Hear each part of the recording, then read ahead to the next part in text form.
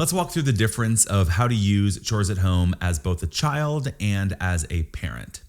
So I have Chores at Home, the family page opened up here, and right now I'm in child mode, as you can see in the bottom right corner. So this is what your children will use day to day, and they can go in here, they can open up their dashboard, and then they can check off or uncheck their chores as they go throughout the week.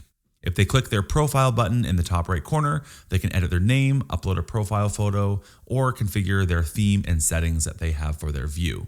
And that's all that they can configure as a child in the account.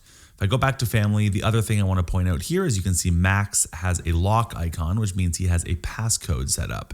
And that's just to prevent his siblings from editing and configuring or changing his chores. So if I go in here, I have to enter Max's passcode in order to go in and view the dashboard there. Now, if I go back to family and then turn on parent mode and enter my parent passcode, I'm going to see some more options. So I can add a chore in the bottom left. I can use the suggest chores feature. I can open up my settings and configure my own settings for my account. And I can also add a child here. If I go into any of the children here, including Max, who has a passcode, I'm not required to enter the passcode because I am the parent. So I have the ability to go in without entering the passcode.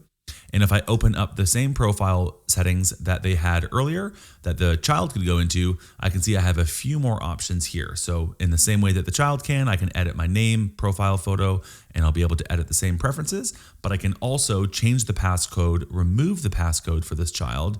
And I have the allowance section here where I can edit the allowance for this child, and the piggy bank section here where I can deposit or withdraw from this child's piggy bank.